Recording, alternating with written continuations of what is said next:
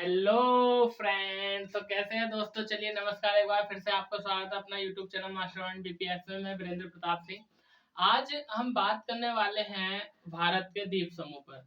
और द्वीप समूह की यदि हम बात करें तो फटाफट अपना कॉपी पेन निकालिए और मेरे साथ चीजों को लिखना शुरू कर दीजिए। ठीक है, देखिए बहुत सी चीजें ऐसी होती हैं जिनको मैं लिखवाता नहीं हूँ, लेकिन बता देता हूँ।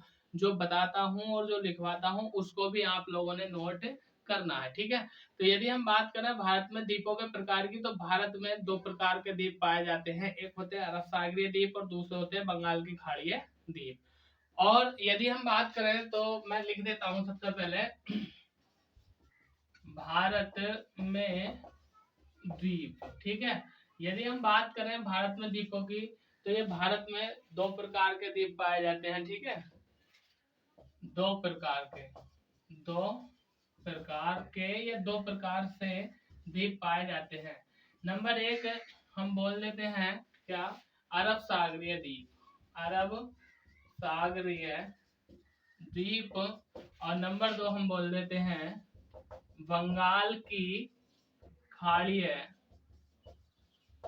द्वीप। ठीक है, तो अरब सागरीय द्वीप और बंगाल की खाड़ीय द्वीपों की यदि हम बात करें तो अरब सागरीय द्वीप में कुल मिलाकर के 36 द्वीप पाए जाते हैं। 36 द्वीपों का एक समूह है जिसको बोलते हैं लक्षद्वीप। और अंडमान निकोबार की यदि हम बात करें तो छोटे बड़े कुल मिलाकर लगभग 572 द्वीप पाए जाते हैं, जिनको नाम दिया गया है अंडमान निकोबार। ठीक है, तो यहाँ पर यदि हम बात करें द्वीपों की तो कुल मिलाकर 36 द्वीप हैं और जिनका नाम दिया गया है लक्षद्वीप।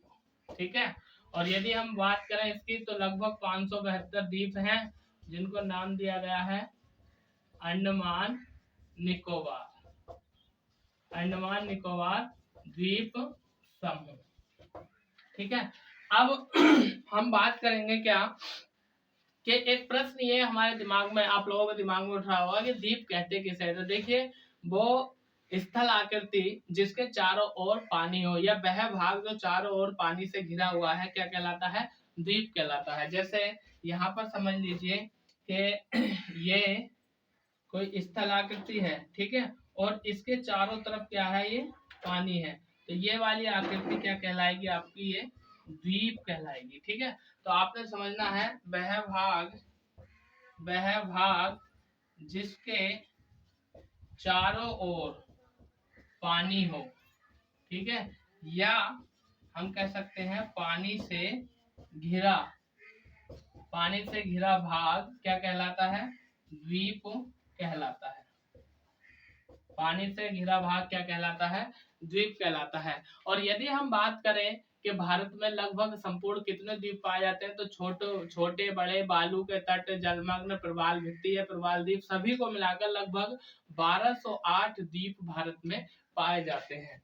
यानी भारत में कुल द्वीप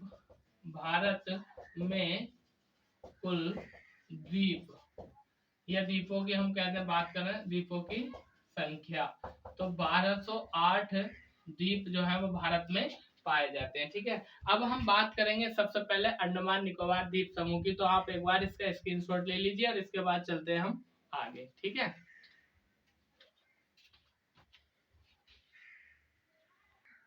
तो चलिए हम बात कर लेते हैं पहले अंडमान निकोबार की। ठीक है, अंडमान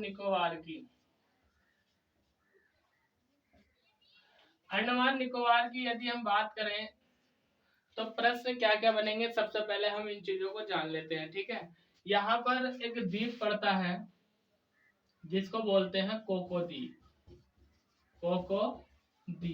और कोको द्वीप की यदि हम बात करें तो ये भाग है किसका, बर्मा का। ठीक है, कोको द्वीप भाग है किसका, बर्मा का। और यदि बर्मा की हम बात करें तो बर्मा पुराना नाम है किसका, म्यांमार का। फिर इसके नीचे एक और द्वीप मिलता है, यहाँ पर इस द्वीप को बोलेंगे लैंडफॉल द्वीप।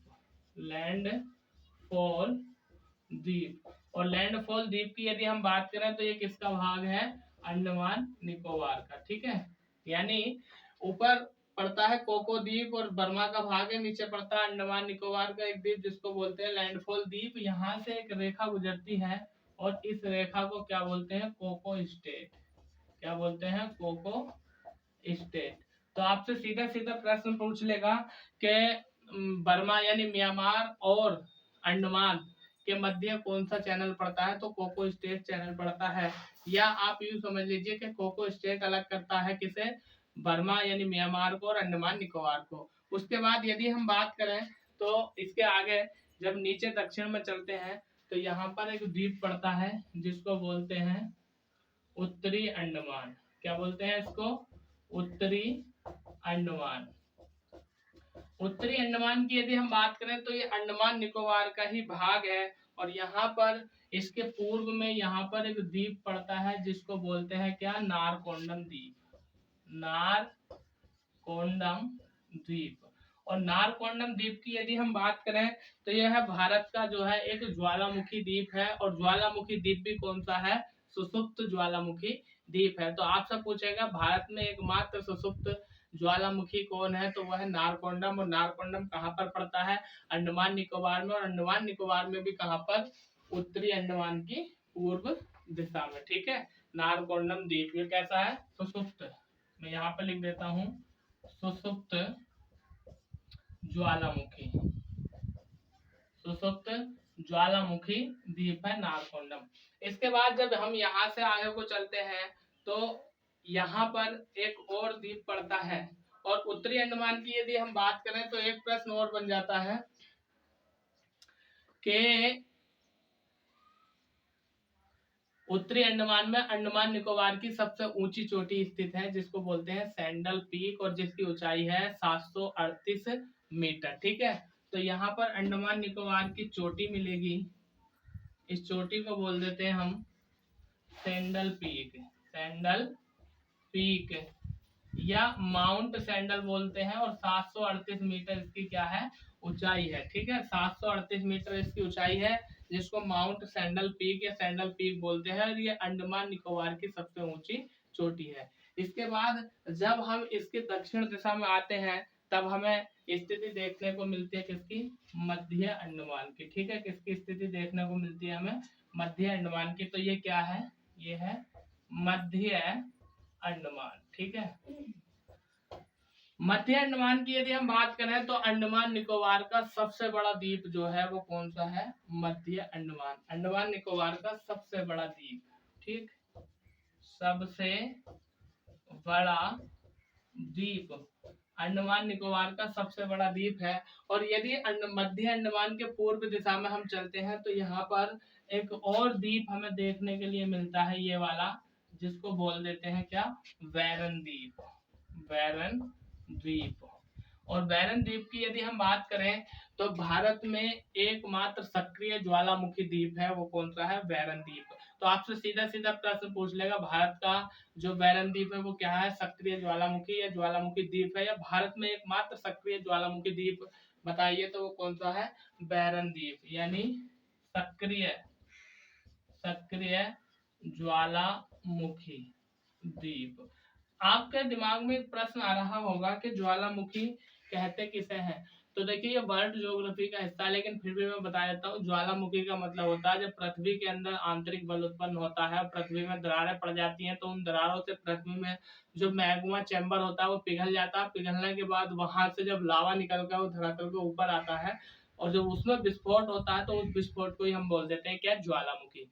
अब ज्वालामुखी की यदि हम बात करें तो ज्वालामुखी 3 प्रकार के होते हैं। नंबर 1 सक्रिय ज्वालामुखी, नंबर 2 प्रसुप्त ज्वालामुखी और नंबर 2 सुसुप्त या शांत ज्वालामुखी। ठीक है, तो भारत में यदि हम बात करें कि सुसुप्त ज्वालामुखी की तो वो हो गया आपका ये नारकोंडम। और वैरन द्वीप जो हो गया वो आपका सक्रिय ज्वालामुखी द्वीप हो गया। ठीक है, इसके बाद हम बात करते हैं यहाँ पर एक और द्वीप पड़ता है जिसको बोलते हैं दक्षिणी अंडमान। क्या बोलते हैं इसको? दक्षिणी अंडमान। दक्षिणी अंडमान की यदि हम बात करें तो इसकी एक विशेषता ये पड़ती है कि अंडमान निकोबार जो द्वीप समूह उसकी राजधानी है पोर्ट ब्लेयर।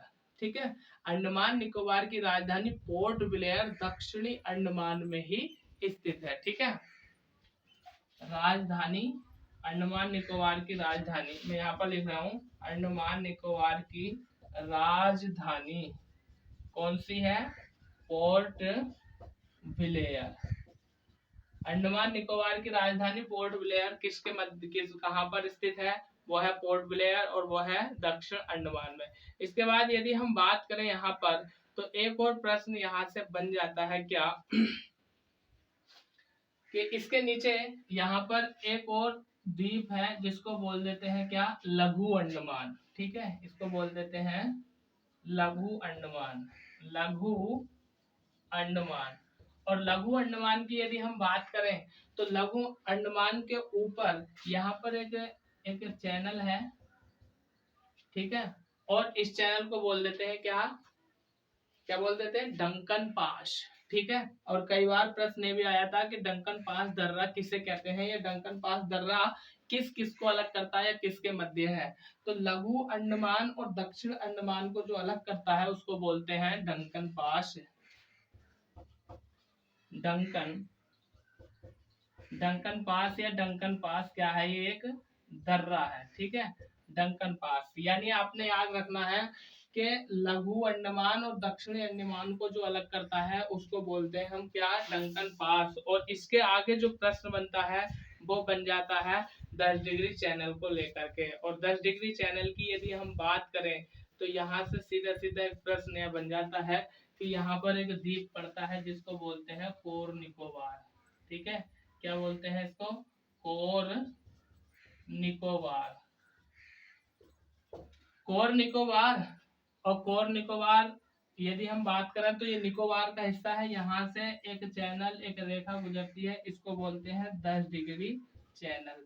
तो प्रश्न बनता है कि 10 डिग्री चैनल किस किस को अलग करता है, यानी 10 डिग्री चैनल अलग करता है अंडमान और निकोबार को। और अंडमान का उत्तरी भाग कौन सा है, कोर निकोबार, और सॉरी निकोबार का उत्तरी भाग है कोर निकोबार, और अंडमान का सबसे दक्षिणी भाग है लघु अंडमान। तो अंडमान और निकोबार को जो अलग करता है उसको बोलते हैं 10 डिग्री चैनल। इसके बाद आगे यदि हम बात करें तो एक प्रश्न ये बन जाता है कि इसके नीचे एक और बिंदु मिलता है जिसको बोलते हैं लघु निकोबार, लघु निकोबार। ठीक है, लघु निकोबार की यदि हम बात करें तो लघु निकोबार हिस्सा है किसका, निकोबार का, और निकोबार यानी अंडमान निकोबार में। इसके बाद यहाँ पर एक और पड़ता है जिसको बोलते हैं ग्रेट निकोबार। इसको क्या बोलते हैं, ग्रेट निकोबार। ठीक है, ग्रेट निकोबार की यदि हम बात करें तो ग्रेट निकोबार के नीचे भी एक चैनल गुजरता है, और इस चैनल के नीचे एक द्वीप पड़ता है जिसको बोलते हैं सुमात्रा द्वीप। ठीक है, क्या है ये, सुमात्रा द्वीप। और ये किसका भाग है, इंडोनेशिया का। सुमात्रा द्वीप, और सुमात्रा द्वीप की साइड में पड़ता है जावा द्वीप, यानी सुमात्रा द्वीप भाग है किसका, इंडोनेशिया का।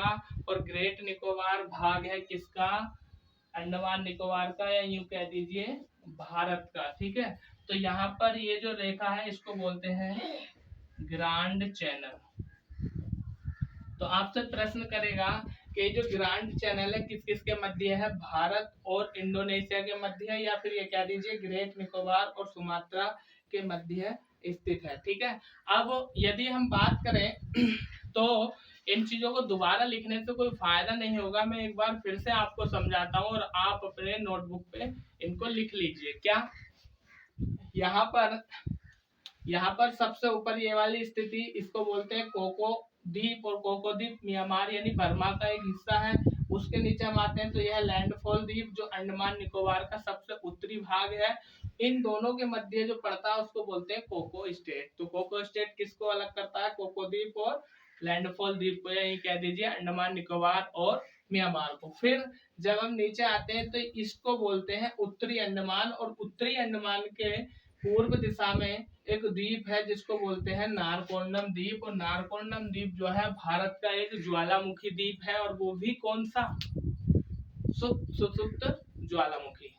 आगे इसके नीचे जब आते हैं तो ये पड़ता है, इसको बोलते हैं मध्य अंडमान, और मध्य अंडमान जो है वह अंडमान निकोबार का सबसे बड़ा द्वीप है।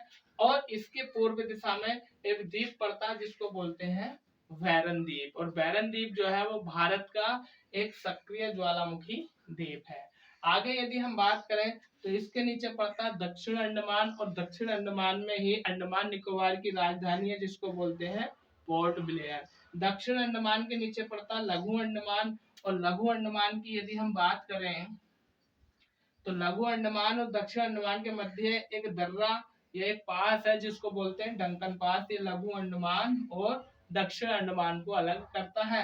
फिर लघु अंडमान के नीचे पड़ता है कोर निकोबार। कोर निकोबार निकोबार का हिस्सा है, उत्तरी भाग है, ठीक है। तो कोर निकोबार और लघु अंडमान को अलग करता है 10 डिग्री चैनल, या फिर ये कह दीजिए अंडमान निकोबार को जो अलग करता है उसको बोलते हैं हम 10 डिग्री चैनल, ठीक है। आगे यहाँ पर पड़ता है ग्रेट निकोबार। ग्रेट निकोबार हिस्सा है किसका? अंडमान निकोबार का, यानी भारत का। और इसके नीचे पड़ता है सुमात्रा द्वीप। और सुमात्रा द्वीप किसका द्वीप है? इंडोनेशिया का। तो इंडोनेशिया और भारत, ये यूं कह दीजिए सुमात्रा और ग्रेट निकोबार के बीच एक चैनल पड़ता है जिसको बोलते हैं ग्रांड चैनल, ठीक है। तो आप एक बार इसका स्क्रीनशॉट ले लीजिए, इसके बाद महत्वपूर्ण बातों को हम लिख लेते हैं, ठीक है।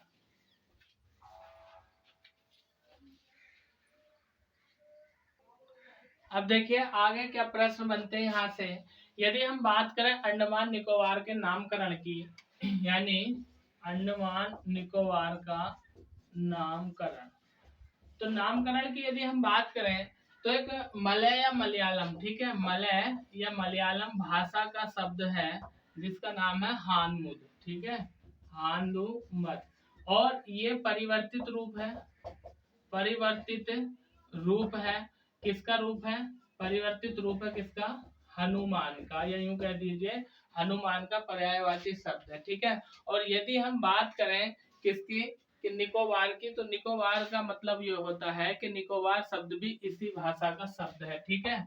निकोबार, निकोबार भी इसी भाषा का शब्द है।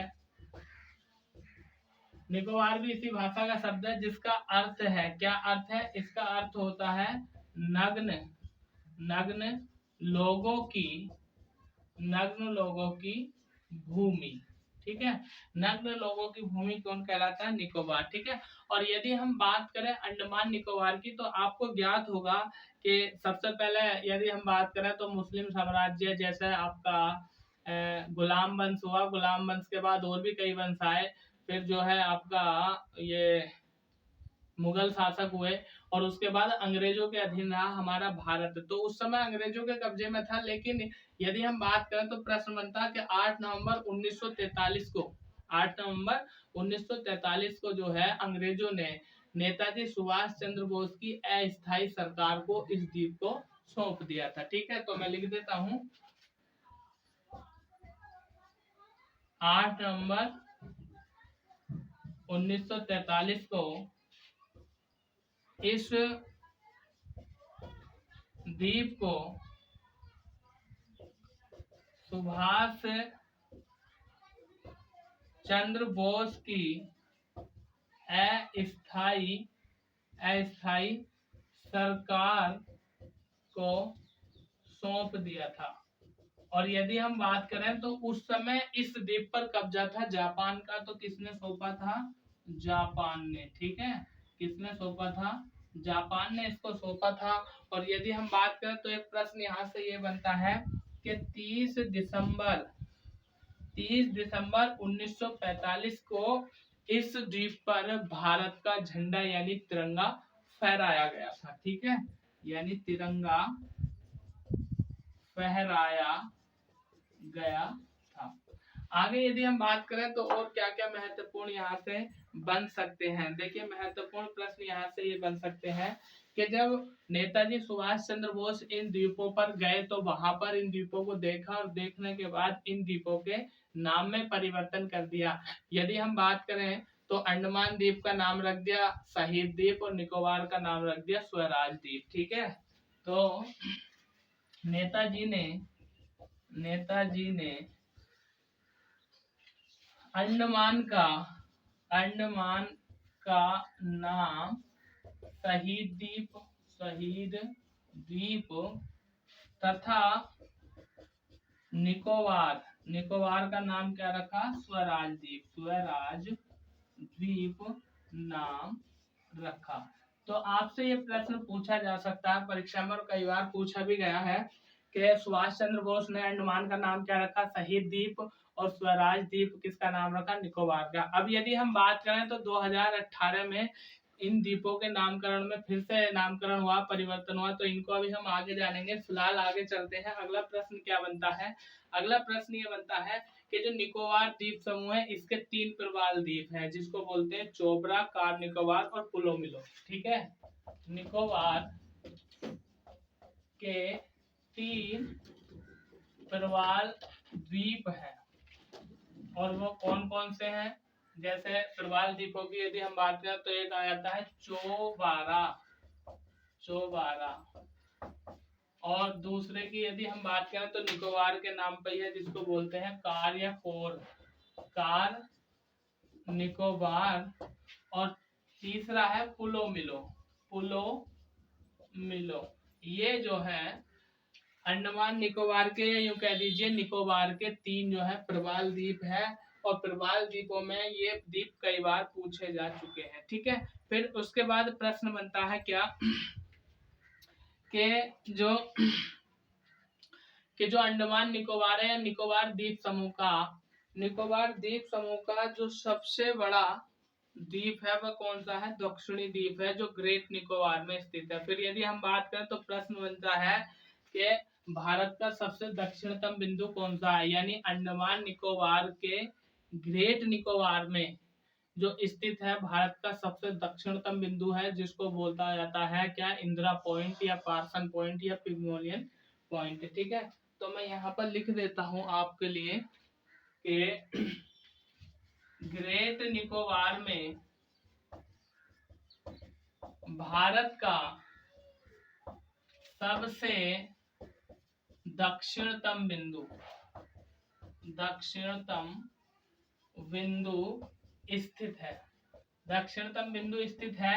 और यदि हम बात करें कि उसका नाम क्या है तो Indira point, Indira, Indira point, point कह दी लिख देते हैं इसे, या इसी का नाम है पिगमेलियन पॉइंट, या इसी का नाम मिलता है पार्सन पॉइंट। ठीक है, तो आपने याद रखना है कि अंडमान निकोबार के ग्रेट निकोबार में भारत का सबसे दक्षिणतम बिंदु है जिसको हम बोलते हैं इंदिरा पॉइंट। और इंदिरा पॉइंट की यदि हम बात करें तो इसका विस्तार मिलता है 6 डिग्री 4 मिनट से, विस्तार 6 डिग्री 4 मिनट से, 6 डिग्री 4 मिनट से 93 डिग्री 8 मिनट तक। ठीक है, ये इसका विस्तार मिलता है। इसके आगे यदि हम बात करें तो प्रश्न क्या बनता है कि जो अंडमान निकोबार है वो बंगाल की खाड़ी का दक्षिण में स्थित है, अंडमान निकोबार बंगाल की खाड़ी के दक्षिण में स्थित है और हिंद महासागर में स्थित है। क्यों, क्योंकि आपको पता होगा कि हिंद महासागर के हृदय में निवास करता कौन, हिंदुस्तान, और हिंदुस्तान का ही एक भाग है कौन, अंडमान निकोबार। तो मैं लिख देता हूँ कि अंडमान निकोबार, अंडमान निकोबार बंगाल की खाड़ी के, बंगाल की खाड़ी के दक्षिण में स्थित है, दक्षिण, तथा हिंद महासागर, हिंद महासागर में स्थित है। ठीक है, स्थित है। तो आप एक बार इस सब का स्क्रीनशॉट ले लीजिए और इसके बाद चलते हैं हम आगे।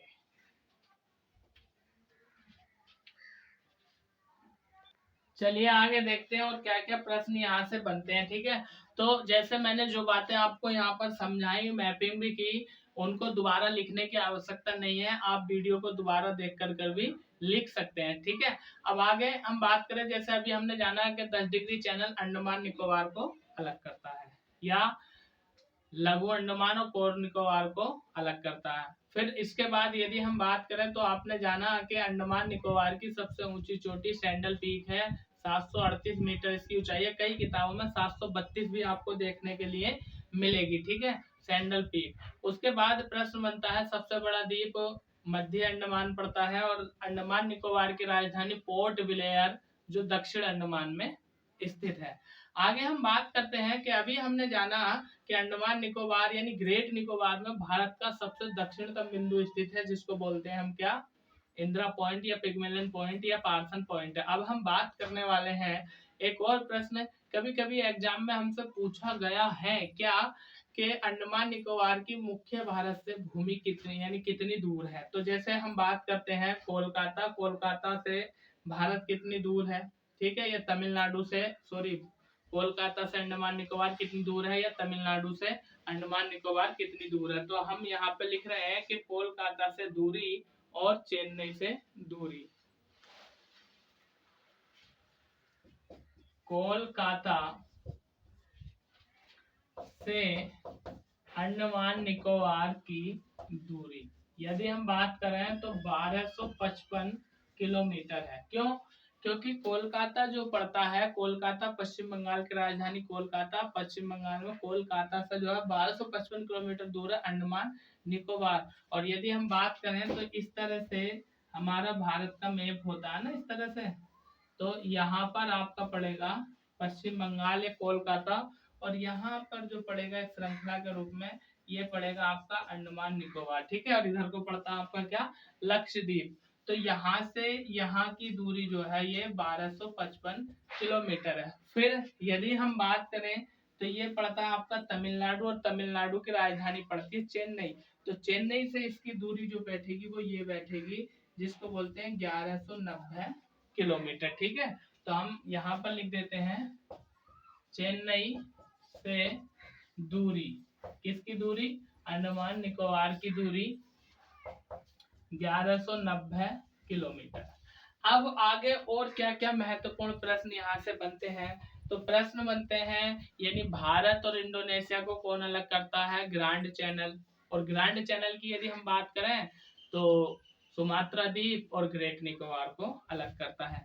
अंडमान निकोबार में एक जनजाति पाई जाती है जो अंडमान निकोबार की मुख्य जनजाति है, जिसको बोलते हैं जारवा, ठीक है। अंडमान निकोबार की मुख्य जनजाति जिसका नाम है जारवा। और अंडमान निकोबार में एक वनस्पति पाई जाती है जिसको बोलते हैं मैंग्रोव वनस्पति, ठीक है। मैंग्रोव वनस्पति या इसी का दूसरा नाम मिलता है ज्वारीय वनस्पति, ठीक है। मैंग्रोव वनस्पति या ज्वारीय वनस्पति पाई जाती है कहाँ पर, अंडमान निकोबार में।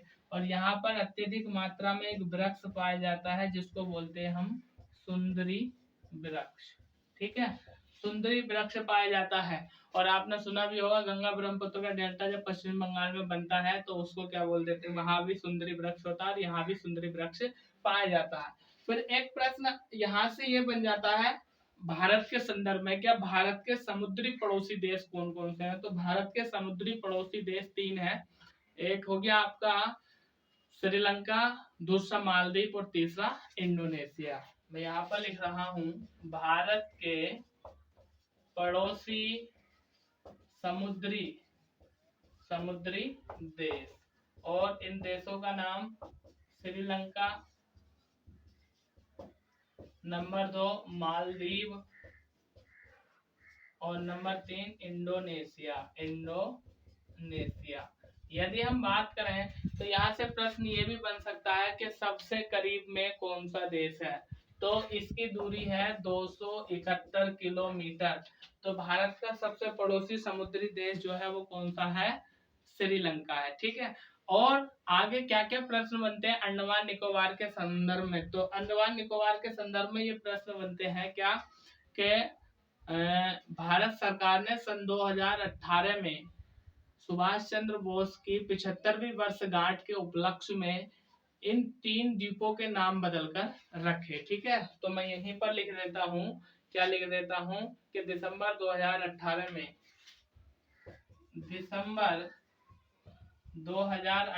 में आजाद हिंद फौज की 75वीं वर्षगांठ पर इन द्वीपों के नाम बदले या नामकरण किया। वो कौन कौन से द्वीप है, जैसे हम बात करते हैं, एक आता है रोस द्वीप। कौन सा द्वीप आ जाता है? रोस द्वीप। रोस द्वीप का जो नया नाम रखा वो रखा नेताजी सुभाष चंद्र बोस द्वीप। नेताजी सुभाष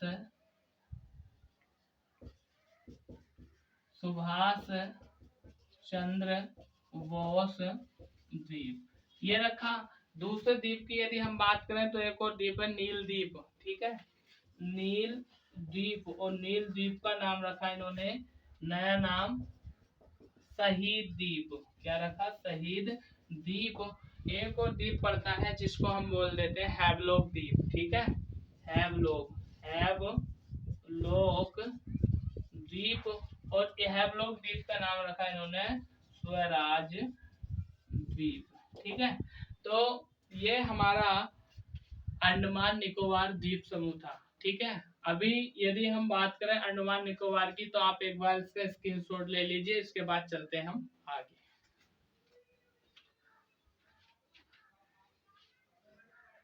अब हम बात कर लेते हैं कि अंडमान निकोबार की कुछ ऊंची चोटियों के बारे में। ठीक है, तो जैसे सबसे पहले हमने जाना कि संपूर्ण अंडमान निकोबार की जो सबसे ऊंची चोटी है उसका नाम है माउंट सैंडल पीक, जिसकी ऊंचाई है 738 मीटर। और कई बार कई किताबों में इसकी ऊंचाई जो है वो 732 मीटर भी मिलती है। ठीक है, तो कहने का मतलब ये है कि अंडमान निकोबार में और कौन कौन से पर्वत शिखर पाए जाते हैं, जैसे माउंट सैंडल पीक उत्तरी अंडमान में 738 मीटर इसकी ऊंचाई। फिर एक पाया जाता है माउंट डियोबोली। माउंट डियोबोली जो है वो मध्य अंडमान में है ऊंची चोटी, 515 मीटर इसकी ऊंचाई है। माउंट कोयोवो दक्षिणी अंडमान में पड़ता है, 460 इसकी ऊंचाई है मीटर में। और माउंट हेरियट जो है दक्षिण अंडमान में है, 450 मीटर ऊंचाई है इसकी भी। फिर माउंट लुथियर ग्रेट निकोबार में पड़ता है, 462 मीटर इसकी ऊंचाई है। ठीक है, तो मैं समझ सकता हूँ कि हमने एक भी प्रश्न को नहीं छोड़ा है जो अंडमान निकोबार से संबंधित है। तो दोस्तों अब हम अगली वीडियो में बात करेंगे लक्षद्वीप की। ठीक है, यदि ये वीडियो आपको पसंद आया हो तो इसे लाइक करें, अपने दोस्तों में शेयर करें। ठीक है, और यदि आप हमारे चैनल पर नए हैं तो प्लीज चैनल को सब्सक्राइब कर दीजिए। कल फिर मुलाकात होगी आपसे, तब तक के लिए धन्यवाद। शानदार, जबरदस्त, जिंदाबाद। Thank you.